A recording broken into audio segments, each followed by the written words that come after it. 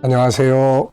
김성길 목사와 함께하는 예수님 이야기 시간 제4단원의 684회가 되겠습니다.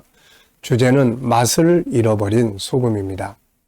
자, 마태복음 21장 12절로 13절 말씀을 보겠습니다.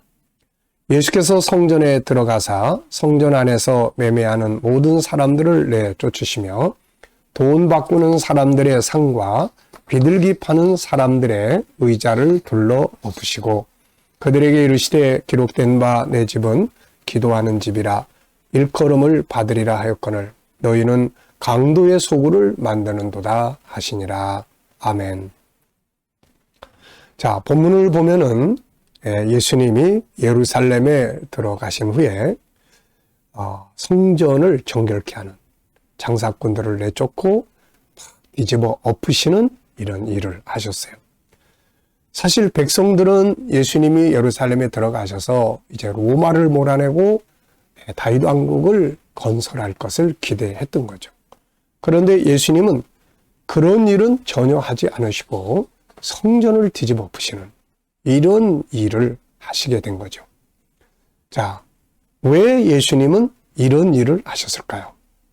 우리가 이것을 이해하려면 먼저 예루살렘이라고 하는 곳, 그 예루살렘의 사명이 뭔지, 예루살렘이라는 곳이 왜 만들어졌는지를 우리가 먼저 알아야 합니다. 자, 이스라엘 팔레스틴 가나안 땅에 예루살렘 성이 만들어지고 그 안에는 성전이 만들어졌죠. 예루살렘의 사명이 뭡니까? 하나님은 왜 그곳에 이 예루살렘을 세우셨을까요? 자, 여기에는 세 가지 이유가 있습니다. 첫째, 하나님께 제사 드리고 기도하는 집이다. 예배 드리고 기도하는 집. 하나님과의 만남의 장소로 여기를 만드셨어요. 그래서 예수님께서도 내 집은 만민이 기도하는 집이다. 이렇게 말씀을 하신 거죠. 예루살렘은 하나님과 하나 되기 위해서 만들어진 장소입니다. 인간이 에덴 동산을 떠난 이후 세상은 온통 우상천지가 됐죠.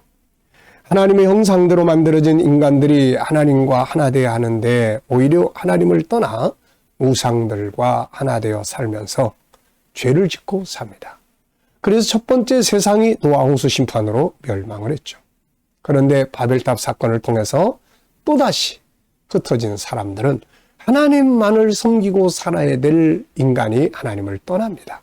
그리고 대신 우상들을 신으로 섬기고 타락한 문화를 가지고 살았어요.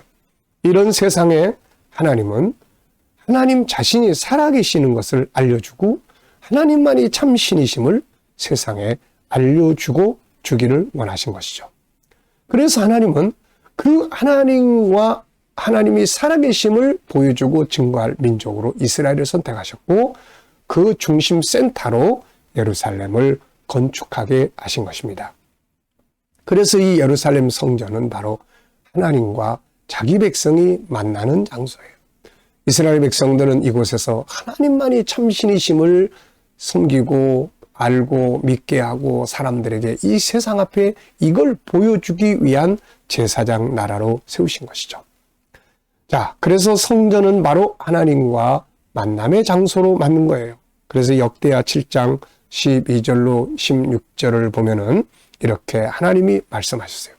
밤에 여호와께서 솔로몬에게 나타나사 그에게 이르시되 내가 이미 내 기도를 듣고 이곳을 택하여 내게 제사하는 성전을 삼았으니 혹 내가 하늘을 닫고 비를 내리지 아니하거나 혹 메뚜기들에게 토산을 먹게 하거나 혹 전염병이 내 백성 가운데 유행하게 할 때에 내 이름으로 일컫는 내 백성이 그들의 악한 길에서 떠나 스스로 낮추고 기도하여 내 얼굴을 찾으면 내가 하늘에서 듣고 그들의 죄를 사하고 그들의 땅을 고칠지라.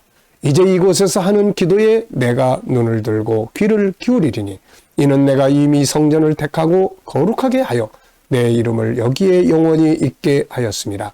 내 눈과 내 마음이 항상 여기에 있으리라. 아멘. 자, 솔로몬이 성전을 건축해 놓고 하나님, 이 성전을 통해서 하나님 이렇게 역사해 주세요. 그랬더니 하나님이 나타나셔서 이런 말씀하신 거예요. 야, 내가 이곳을 선택해서 내게 제사하는 곳으로 삼았다. 내 눈과 마음이 항상 여기에 있을 거다. 너희가 여기 와 사는 기도에 내가 귀를 기울이고 들어줄 것이다. 이렇게 언약을 맺은 장소입니다.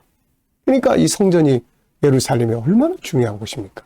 그런데 이 중요한 예배 장소, 기도 처소가 장사꾼의 소굴이 되어버렸고 짐승들의 똥 냄새가 진동하는 장소가 되어버렸고 이걸 이끌어갈 제사장들은 다 물질의 유혹을 받아 돈에 아주 타락해버렸고, 왜냐하면 짐승 한 마리 와서 데리고 와서 팔면 얼마 이득을 내고, 이런 것 때문에 이게 아주 장사꾼의 소굴이 되어버린 거죠. 두 번째, 예루살렘 성전의 사명이 또 두 번째는 뭐냐? 천국의 모형으로서 천국을 세상에 계시하기 위한 장소예요. 이게 무슨 말이냐? 자, 성경은 두 가지를 세상에 계시하기 위해서 기록된 책입니다. 첫째는 예수 그리스도 구세주, 둘째는 천국이에요. 예루살렘 성전은 바로 천국을 세상에 계시하기 위해서 만들어진 장소입니다. 자, 천국, 하늘의 나라의 수도가 어디입니까? 바로 하늘의 새 예루살렘 성이에요. 사도 바울은 천국에 갔다 와서 이 장면을 자세하게 설명했어요.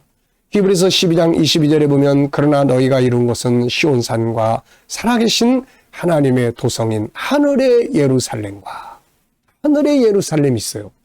갈라디아 4장 25절에는 하갈은 아라비아에 있는 신의 산으로 지금 있는 예루살렘과 같은 곳이니 그가 그 자녀들과 더불어 종로를 타고 오직 위에 있는 예루살렘은 자유자니 곧 우리 어머니라. 예루살렘이 두 개란 말이에요. 하나는 하늘의 천국의 수도가 되는 하늘의 예루살렘, 새 예루살렘. 계시록 21장 2절에 보여주고 있죠. 또 하나는 이 땅에 있는 예루살렘. 그러니까 이 땅에 있는 예루살렘은 하늘에 있는 새 예루살렘 성을 세상 앞에 계시하기 위한 장소예요.